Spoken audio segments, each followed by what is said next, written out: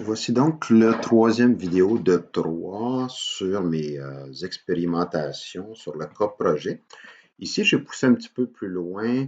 Je suis parti de ce que j'avais département employé et j'ai ajouté que un département peut contenir plusieurs employés, un employé dans un seul département. C'est pour ça ici que vous voyez employé, ici c'est un array, c'est un tableau parce que département a plusieurs employés, alors que l'employé fait référence à un seul département, fait que ici c'est pas un array. Ce que j'ai ajouté ici, c'est un array de projets parce qu'un employé peut travailler sur plusieurs projets. Un projet qui a un numéro ici, qui a un budget. Le numéro, vous allez voir, ça va être le nom du projet, c'est pour ça que vous n'avez pas de nom, là, j'ai fait exprès. Et le projet a un array, là, un tableau d'employés. Fait que ce qu'on peut déduire ici entre employé et projet, on a une relation plusieurs à plusieurs. En SQL, on se souvient qu'on faisait une table d'intersection qui s'appelait affectation travail. Ici, on n'a pas besoin de le faire. Les employés, on va avoir la liste des projets dans lesquels ils sont impliqués et les employés ici dans le projet, c'est-à-dire la liste des employés. Donc, ici, on aurait une relation plusieurs à plusieurs, alors qu'ici, on aurait une relation de un à plusieurs. Fait que vous voyez, quand on le comprend avec trois tables, trois collections dans la terminologie ici, ben, ça serait pas mal la même affaire, même si on avait des dizaines et des dizaines de tables. Je vais aller vous montrer maintenant les collections. Donc, département, c'est comme tout à l'heure, aucun changement. Employé ici, vous voyez ici, chaque employé a, dans mon exemple ici, là, pardon, c'est pas un array de département, donc l'employé numéro 1 est dans le département numéro 100, comprenez, mais on pourrait avoir plusieurs fois le même numéro, c'est pas une clé primaire, ça, donc on pourrait avoir plusieurs employés dans le même département. Ce qu'il y a de nouveau, c'est ici, pour chacun des employés, on a la liste des projets sur lesquels ils travaillent. Donc, Jean Dehaye travaille seulement sur le projet Accueil étudiant. Christine Lévesque travaille sur 2 projets présentement, formation NoSQL et réservation laboratoire, etc. Donc, lui, il travaille sur 3 projets.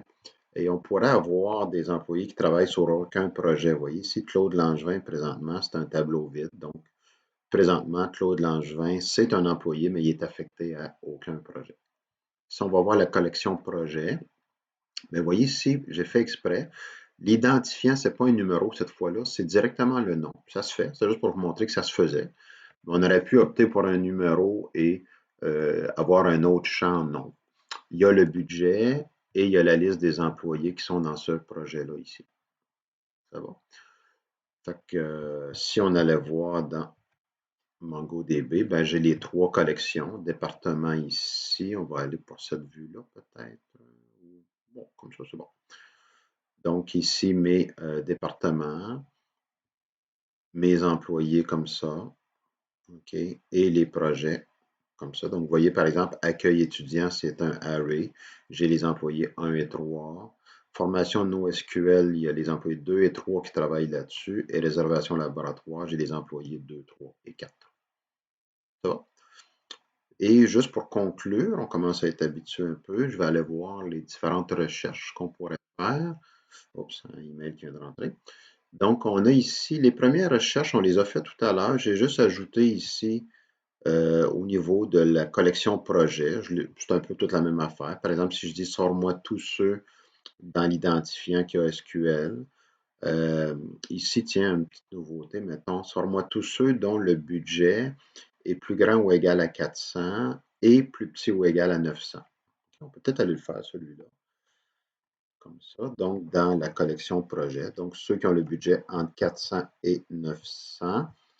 Donc, on a ici les projets. Regardez les budgets 500, 800, 300. Fait que si je copie-colle ici, ceci. Donc, en 400 et 900, je devrais avoir celui-là ici et celui-là ici. Donc, accueil étudiant et formation NoSQL. Yeah, ça fonctionne comme ça. On a vu dans le document que quand on met deux éléments ici dans le find séparés par une virgule, ben, ça fait comme un et.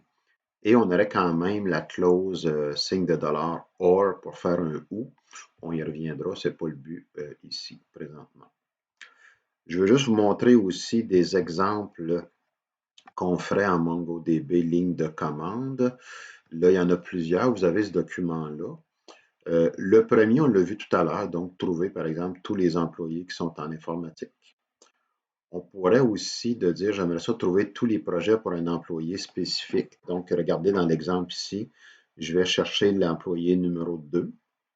Je mets ça dans une variable employé ici, comme ça.